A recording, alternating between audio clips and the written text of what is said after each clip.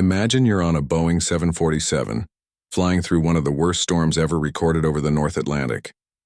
The captain suddenly collapses. The co-pilot is frozen with fear. Panic spreads across the cabin, and everyone's lives are on the line. Among the passengers, one woman sits quietly unnoticed.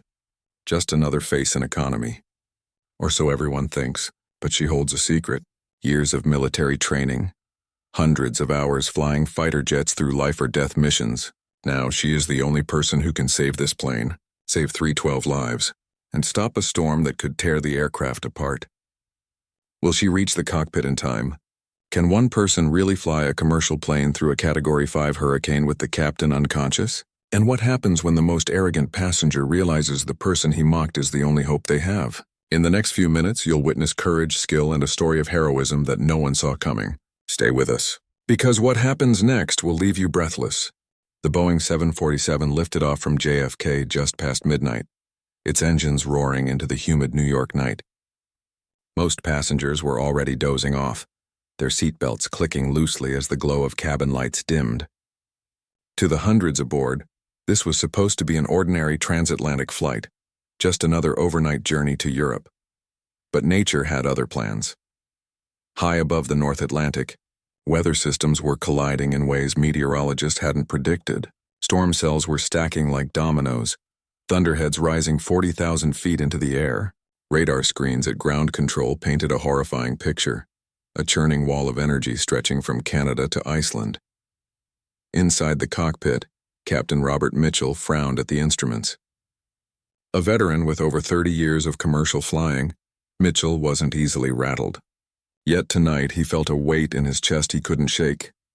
"Looks like rough weather ahead," muttered his co-pilot James Wilson, younger, less experienced, but competent, at least under normal circumstances. "Rough?" Mitchell gave a humorless chuckle. "That's a polite way of saying it, son. This is the kind of weather that makes grown men pray." Rain lashed against the windshield as the plane climbed.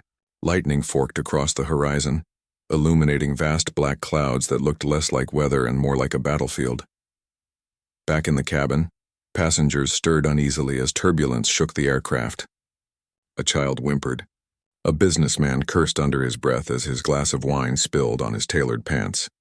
A flight attendant offered a strained smile, whispering the usual lie. "It's perfectly normal. Just a little bump in the air." But this was not normal. The captain's fallen hour into the flight. Disaster struck. Captain Mitchell's hand, steady only moments before, trembled on the throttle. His face went pale, then gray. Sweat poured down his forehead as he clutched at his chest. "Captain?" James asked, alarmed. Mitchell tried to respond, but only managed a strangled gasp before collapsing against the control panel. Warning alarms screamed in the cockpit. The massive jet shuddered, dipping dangerously before James managed to wrestle it level again. "God, no," James whispered, heart pounding. "Not now." He grabbed the intercom, his voice cracking with desperation. "Ladies and gentlemen, this is your co-pilot speaking. We have a medical emergency. Captain Mitchell is unconscious. If there is anyone on board with flight experience, especially military combat aviation experience, I need your help immediately." The announcement rippled through the cabin like electricity. Gasps, murmurs. A wave of panic. Panic at 38,000. Feet, rows of faces turned toward each other. Fear reflected in wide eyes. Some passengers clutched rosaries, whispering prayers. Others reached for their phones, frantically typing farewell messages they weren't sure would ever send. In seat 23C, a woman stirred. Kesha Washington had been sleeping lightly, her head resting against the window, the low rumble of engines oddly comforting. At 34, she'd learned the rare art of falling asleep anywhere, on metal benches in remote air bases, on the floor of cargo planes, even in desert war zones where explosions punctuated the night sky. But something in the co-pilot's trembling voice snapped her awake instantly. Her eyes opened, sharp, alert, trained. For a moment, she didn't move. She just listened to the whispers, the panic, the sound of her fellow passengers unraveling under fear. Beside her, a sharply dressed man in an expensive suit muttered with irritation. His name was Richard Blackwood, a Wall Street investor with a reputation for arrogance that preceded him into every room. Adjusting his imported glasses, he sneered, "A fighter pilot? What kind of nonsense is this?" As if one would ever be in economy class. His wife, Victoria, shifted uncomfortably but said nothing. Kesha glanced at him briefly, her face expressionless. Jeans, a plain blouse, her natural hair pulled back in a simple ponytail. To Richard, she was invisible, ordinary, beneath notice. But in her eyes, a storm of memory and calculation was already forming. The descent into fear turbulence hit hard. The plane jolted violently, overhead bins rattling, a suitcase tumbling into the aisle. Screams erupted. A toddler wailed. "Ladies and gentlemen," James's voice cracked again over the intercom. "We are flying blind through one of the worst storm systems ever recorded. I cannot do this alone. Please, anyone with military aviation experience, come forward." His desperation bled through every word. And yet, no one moved. Passengers froze, each waiting for someone else to volunteer. Some looked around skeptically, as though expecting a uniformed savior to emerge from thin air. Others muttered hopelessly. Richard Blackwood suddenly stood. "Listen here," he bellowed toward the cockpit. "My brother-in-law is a private pilot. I've flown with him dozens of times. I can help." A flight attendant hurried down the aisle, her face pale. "Sir, we need someone with military combat training.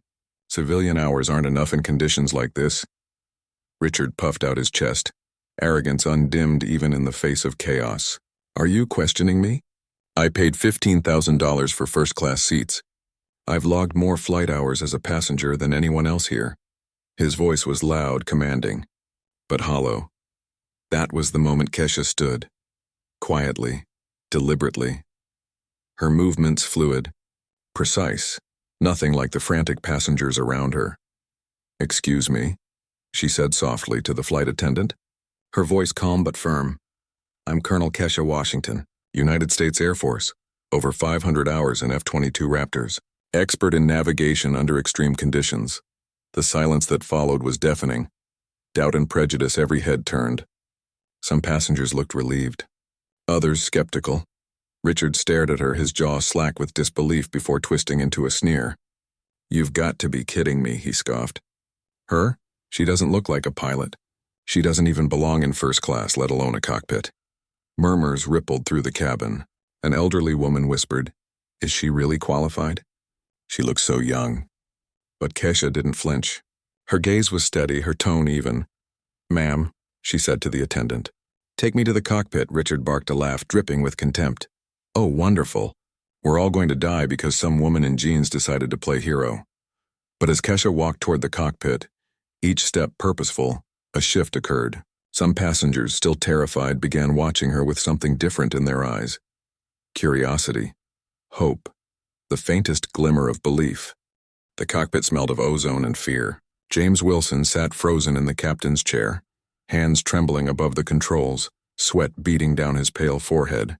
The alarms blared relentlessly, warning lights flashing like red eyes in the storm-lit darkness. When the door swung open, he spun around, expecting another panicked civilian. Instead, he saw her, Kesha Washington, not in uniform, not in flight gear, just jeans and a blouse. But her presence filled the cramped space with the kind of authority James hadn't felt since his training days, under hardened Air Force instructors. "Who are you?" he demanded, voice tight. "Colonel Washington, former Air Force, call sign Spectre." Her words were clipped, professional, leaving no room for doubt. "What's our altitude and speed?" James blinked, momentarily stunned. "We're at 38,000 feet, 450 knots. Crosswinds over 120 kilometers an hour, gusts up to 160. Kesha nodded. "Storm category?" 5, and intensifying. His voice cracked. "I've never flown anything like this." "You won't have to," Kesha replied evenly, sliding into the co-pilot's seat without hesitation. "You're not alone anymore." Something in her tone steadied him, if only slightly. Outside the cockpit in the cabin, Richard Blackwood was far from steady. "This is insanity," he barked, pacing near first class as passengers watched. "We're entrusting our lives to some imposter. Do you see how she's dressed? Real pilots don't look like that." A flight attendant tried to calm him. "Sir, please return to your seat. We have procedures." "Procedures?" Richard snapped, his voice echoing. "The procedure is to let trained professionals handle this, not some economy passenger pretending to be Top Gun." His wife finally spoke, her voice firm. "Richard, sit down. You're scaring people." But he ignored her. His arrogance thrived on an audience, and fear had given him one. Several passengers exchanged uneasy glances. An elderly man whispered, "Maybe he's right. What if she isn't who she says she is?" Others remained silent, torn between doubt and desperate hope. Testing authority, back in the cockpit, Kesha's hands moved across the panels with precision. She adjusted dials, corrected pitch, and silenced unnecessary alarms in seconds. James stared, wide-eyed. You really know this stuff." Kesha didn't look up. "I didn't memorize it from a manual, son. I've lived it. 18 combat missions, 6 emergency landings, 2 times guiding squadrons blind through storms worse than this." Her voice was calm, but inside she felt the weight. Lives, hundreds of them, now rested on her. She could not fail. "First things first," she continued. "Get me a full systems check. Engines, hydraulics, avionics. I want to know what's still working and what's not." James scrambled to comply, grateful for orders, grateful not to be alone in the fight. The challenge Richard's voice suddenly crackled over the intercom. He had somehow grabbed access to a cabin phone connected to the system. "Attention, everyone," he announced with smug authority. "This so-called pilot is lying to you. I demand proof, credentials, before we let her risk our lives with her fantasies." Passengers erupted in chatter. Some nodded nervously. Others groaned, annoyed. Kesha sighed, pressing the button to override. Her voice, calm and commanding, filled the cabin. "Emergency procedure for sudden decompression at cruising altitude," she began without pause. "Oxygen mask deploy. Immediate descent to 10,000 feet at a 15-degree angle to avoid structural stress. Transponder code 7700 to notify air traffic control." She continued for nearly 2 minutes, rattling off procedures and contingencies in crisp detail. Knowledge only a seasoned military pilot could recall under pressure. When she finished, silence fell across the plane. James stared at her in awe. "That was—" He shook his head. "Ma'am, I believe you." In the cabin, passengers shifted uneasily. Some exchanged hopeful glances. Richard, however, was not convinced. "Anyone can memorize procedures," he spat bitterly into the handset. "She's bluffing." But for the first time, his words rang hollow. Memories of doubt as turbulence shook the plane again. Kesha gripped the controls firmly. She had been here before, not in a passenger jet, but in cockpits where doubt weighed heavier than enemy fire. She remembered the first time a white colonel questioned her ability to lead a formation, despite her flawless record. The promotion she lost to a less qualified man. The whispers about quotas, every insult, every dismissal, every doubt. They had forged her into steel, and tonight at 38,000 feet, in the middle of a storm that wanted to tear this aircraft apart, that steel would be tested again. "The storm tightens, Colonel," James said nervously, scanning the radar. "This storm isn't just bad. It's historic. Cells are merging faster than predicted. If we can't break through, we'll—" He didn't finish. He didn't need to. Kesha's jaw tightened. "Then we don't break through." James blinked. "What?" "We go through the eye," she explained. "Straight into the center where it's calm. Dangerous as hell, but it's the only shot we've got." His throat went dry. That's insane. This is a 747, not a fighter jet." Her eyes locked on his. Calm. Unshakable. "Sometimes following the rules kills people," she said softly. "Knowing when to break them saves lives." Cliffhanger. The plane lurched violently, cabin lights flickering as lightning engulfed them on all sides. Passengers screamed. Richard clutched his seat, knuckles white. In the cockpit, alarms blared louder. James's hands shook over the instruments, and Kesha Washington, callsign Spectre, leaned forward, eyes narrowing on the storm ahead. "James," she said, voice steady despite the chaos, "give me every ounce of thrust these engines can give. We're going in." The 747 tilted nose first toward the monstrous wall of clouds, toward a maneuver no civilian aircraft had ever attempted. Passengers cried out as gravity shifted, drinks and bags flying through the air. Richard shouted in terror, his arrogance finally cracking. And then, darkness swallowed the cabin as the jet dove headlong into the storm. The aircraft screamed as it plunged nose first into the storm. Metal groaned, rivets strained, overhead bins rattled violently, oxygen masks dropped, swaying like pale ghosts in the chaos. Passengers clutched them in trembling hands. gasping, their voices drowned by the roar of engines and thunder. In the cockpit, James gritted his teeth, his knuckles bone-white on the controls. "Colonel, this plane wasn't built for this," he shouted over the alarms. "It'll hold," Kesha snapped back, her eyes fixed on the storm's center displayed faintly on the radar. "These birds are stronger than people think. Trust the machine." "Trust me," her voice was steel. Not loud, not panicked, just steady. And in that steadiness, James found a flicker of courage. Fear in the cabin chaos ruled behind the cockpit door. A mother clutched her baby, whispering prayers through sobs. A teenager filmed on his phone, tears streaking his cheeks, live streaming what he thought would be his last moments. 38,000 feet in freefall, a man muttered, rocking in his seat. "We're dead. We're all dead." Richard Blackwood's face was drenched in sweat. He had barked earlier, commanded, boasted. Now his voice cracked as he tried to mask his fear. "Everyone stay calm," he shouted, his tone betraying the terror in his eyes. The crew has this under control." But no one looked at him. No one listened. His authority, once fueled by arrogance, was gone. Victoria, his wife, simply shook her head, watching him unravel. "Richard," she whispered bitterly, "for once in your life, just stop talking." Spectre takes command back in the cockpit.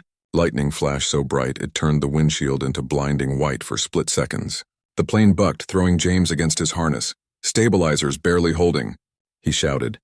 Kesha's hands danced across the controls, adjusting, correcting. Her movements weren't frantic.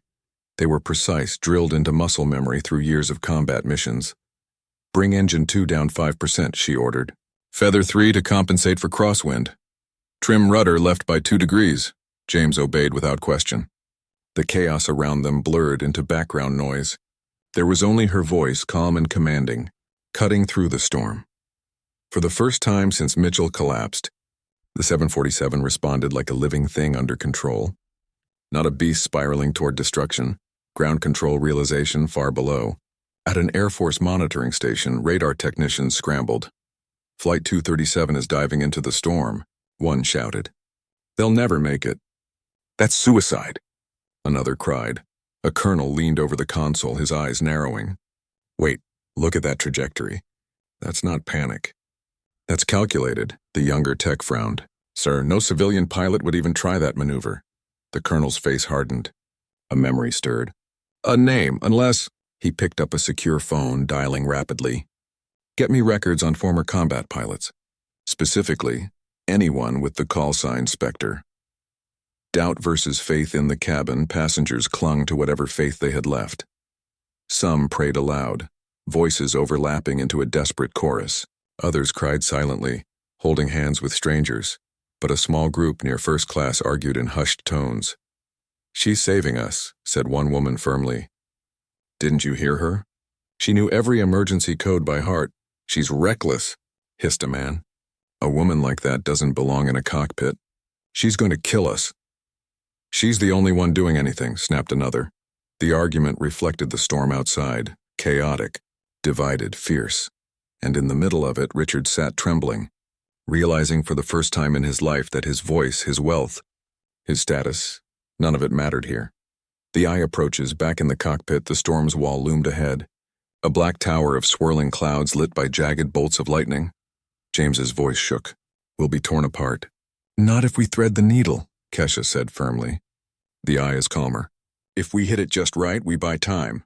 And if we miss?" She glanced at him. "Then we don't miss." Her calm was terrifying and inspiring all at once. The aircraft tilted, buffeted by crosswinds so violent it felt like the wings would shear off. Kesha adjusted constantly, hands steady, eyes unblinking. James whispered to himself, "Spectre. You really are Spectre, aren't you?" Kesha didn't answer. She couldn't afford the luxury of ego. Lives depended on her silence, her focus. Cliffhanger. The 747 roared as it pierced the wall of the storm. Darkness swallowed everything. The cabin lights flickered out. Passengers screamed as the plane shook violently. Oxygen masks swaying like pendulums. James shouted, "Instruments failing! We've lost navigation." Kesha's jaw clenched. "Then we fly blind." Richard cried out from the cabin, his voice breaking, "We're doomed." And then silence, the storm vanished. The plane burst into the eerie calm of the eye, the world suddenly still. No turbulence. No lightning. Just a hollow, endless quiet, broken only by the sound of engines humming. Dozens of passengers gasped in shock. Some sobbed with relief, others stared in awe. For a fleeting moment, hope returned. But Kesha knew better. She leaned forward, eyes narrowing at the radar, at the walls of fury already closing around them. "We bought minutes," she whispered. "No more than that." And deep in the shadows of the cabin, Richard's eyes burned with humiliation, his pride still searching for a way to strike back, even in the face of salvation. For a few fragile minutes, the plane glided through the eerie calm of the storm's eye. Passengers sobbed with relief, clutching each other as though they had been given a second life. The masks dangled uselessly now, swinging gently in the still air. But Kesha Washington knew better. She sat rigid in the cockpit, eyes scanning the radar, muscles tight with anticipation. "Don't get comfortable," she murmured to James. "The eye always closes, and when it does, it's worse than the first hit." James swallowed, his throat dry. "How long do we have?" "Minutes. Maybe less." The word sent a chill through him. Passengers on edge in the cabin, the fragile calm began to crack. Some passengers prayed, others whispered nervously. But the loudest voice once again belonged to Richard Blackwood.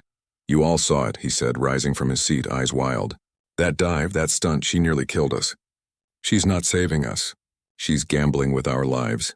"Sit down, Richard," Victoria snapped. "You're embarrassing yourself."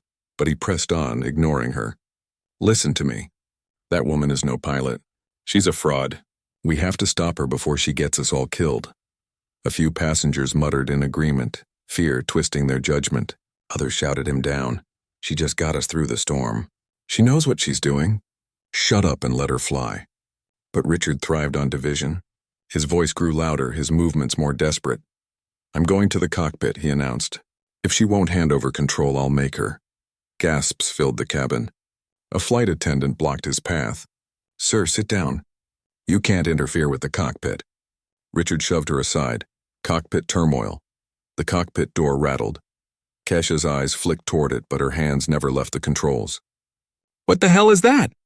James looked back nervously. "It's him, the loudmouth from first class. He's trying to break in." "Lock reinforced?" "Yeah, but if he keeps at it." The door shook again under Richard's fists. His voice screamed through the barrier. "Open this door. You're a fraud. I'll take control myself." James's face went pale. "Colonel, he's going to cause a riot back there." Kesha's voice was steady, steel under fire. "Then let him scream. He doesn't touch this cockpit." But even as she said it, she knew the threat was real. Panic could spread faster than the storm outside. Systems failing. The calm broke. Without warning, the aircraft jolted violently. The storm's wall had closed around them again, this time with double the fury. Lightning lit up the cockpit. Thunder roared like cannon fire. Instruments failing. James shouted, voice frantic. "Nav systems offline, radar scrambled, autopilot's dead." Alarms shrieked. Panels blinked in erratic bursts of red and orange. Keisha gritted her teeth. "Manual control only. Stay focused." The plane bucked hard, throwing James against his harness. He clutched the yoke, struggling. Kesha's hands were steady as stone. "Ease pressure on the right rudder. Trim elevators up 2 degrees. Trust the feel, not the instruments, or how can you even—" "Because I've flown blind before," she cut him off. "And we're still breathing." Ground control recognition far below. The Air Force monitoring station buzzed with tension. "Flight 237 just lost autopilot," a technician reported. "They're flying manual through a Category 5 storm," another added, disbelief in his voice. The colonel in charge narrowed his eyes. "Pull every record you can on Colonel Kesha Washington. Call sign Spectre. I want confirmation." Minutes later, a young officer rushed in with a file. "Sir, she's real. Former F-22 squadron leader. Distinguished Service Cross, 18 combat missions." The colonel exhaled slowly. "Spectre." He turned to his comms officer. "Patch a signal to that aircraft now. The world needs to know who's flying that jet." Passengers divided back on the plane. Panic turned into chaos. Richard, still pounding at the cockpit door, shouted louder. "She's going to kill us.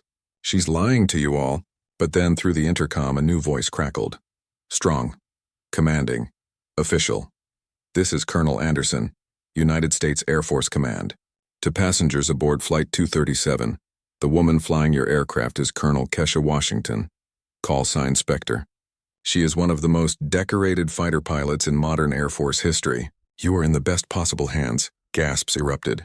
Murmurs of shock and disbelief swept the cabin. A mother clutched her child tighter. An old man whispered, "She's real. She's really who she says she is." For the first time, hope surged like electricity. But Richard's face twisted in rage. His power was gone. His pride shattered. And in that humiliation, he grew dangerous. Cliffhanger in the cockpit, Kesha's focus never wavered. But her instincts screamed. Something worse was coming, not just from the storm. Suddenly, the cockpit door's security alarm blared. Richard had found a way to trigger the emergency override, meant only for crew. James's eyes went wide. "He's forcing the door." Kesha's jaw tightened, her voice ice cold. "Not on my watch." The plane shuddered violently as another lightning strike lit up the storm outside. Passengers screamed. The cockpit door began to crack open, and at 36,000 feet, with death clawing from both inside and outside, Kesha Washington prepared to fight a battle on two fronts. The Boeing 747 lurched violently, buffeted by winds exceeding anything James had ever seen. Rain lashed the fuselage like tiny bullets. Lightning forked around them, illuminating the cockpit in staccato flashes. "Colonel, we've got severe turbulence ahead. Nothing in the manuals covers this," James shouted, gripping the controls. "Then we write our own manual," Kesha replied, her voice steady, calm, unyielding. The instruments flickered and went dark, leaving only raw instincts and years of experience to guide them. Richards collapsed back in the cabin. Richard Blackwood raged. He had failed to stop the plane. His authority, wealth, and pride had crumbled into dust. "Open that door," he screamed, but no one obeyed. The flight attendants and passengers ignored him. Even Victoria turned away, disgusted. Every cry, every gasp around him reminded him, this wasn't his world. This wasn't a business deal. This was life and death, and he had no power here. Tactical maneuvers Kesha and James worked in perfect synchrony, banking sharply to avoid a rogue thunderhead, adjusting thrust in milliseconds as crosswinds threatened to shear the wings, calculating descent angles through the eye of the storm using nothing but radar blips and instinct. 38,000 feet. "Reduce pitch 5 degrees, Kesha ordered. James adjusted the throttles instantly. "Done." "Vertical speed check every 10 seconds, she continued. "Got it," he replied, awed. Passengers felt the plane tilt, swoop, and dive unnaturally. Drinks spilled. Hearts raced. But slowly, almost imperceptibly, the aircraft began to stabilize. Spectre confirmed at that moment. A military broadcast crackled over the cockpit radio. "Colonel Washington Spectre. Confirmation received. All civilian aircraft cleared. Emergency response teams activated. You have priority landing at Dover Air Force Base. Godspeed." Kesha nodded slightly, her jaw firm. "Thank you. Let's get these people home." The impossible landing.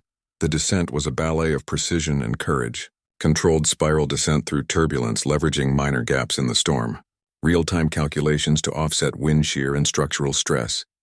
Coordination with James to monitor fuel, pressure, and remaining engine integrity. Richard watched from the cabin, pale and trembling, realizing the woman he had mocked was orchestrating a miracle. Passengers whispered, prayed, and clung to seats, but slowly began to see that survival was within reach. Touchdown. With a roar and a final jolt, the 747 touched down on the runway at Dover Air Force Base. Emergency crews were ready, rushing forward with ambulances, oxygen, and stretchers. Every movement of the plane had been monitored, every passenger accounted for. Cheers and tears erupted. Passengers hugged strangers. Children laughed through tears. Even Victoria looked at Kesha with awe and gratitude. Richard stood frozen. His empire of arrogance and privilege crumbled, witnessing the reality of competence and courage that money could never buy. The aftermath 6 months later. Kesha Washington was promoted to Brigadier General at the Pentagon, becoming the youngest black woman in U.S. history to reach that rank. Her storm navigation technique was incorporated into global military training manuals. Universities offered chairs in her name. Richard Blackwood? His fortune was decimated. Bankruptcy forced him into obscurity, working a mundane job he had once looked down upon. Social media immortalized his failures, contrasting them with Kesha's legendary heroism. Her daughter asked innocently, "Daddy, Why do people get mad when they see your name on Google? Victoria added quietly. I married a man who admired success more than integrity. Lessons in leadership at the Air Force Academy. Kesha addressed cadets. Let them underestimate you, she said firmly. While they doubt, you build skill, courage, and resilience. Every insult, every dismissal, they become your fuel. Her story inspired a generation of military personnel and civilians alike. Competence is never inherited, never bought, never judged by appearance. Closing words. Richard Blackwood approached her once. Timidly, General Washington, I want to apologize for that flight.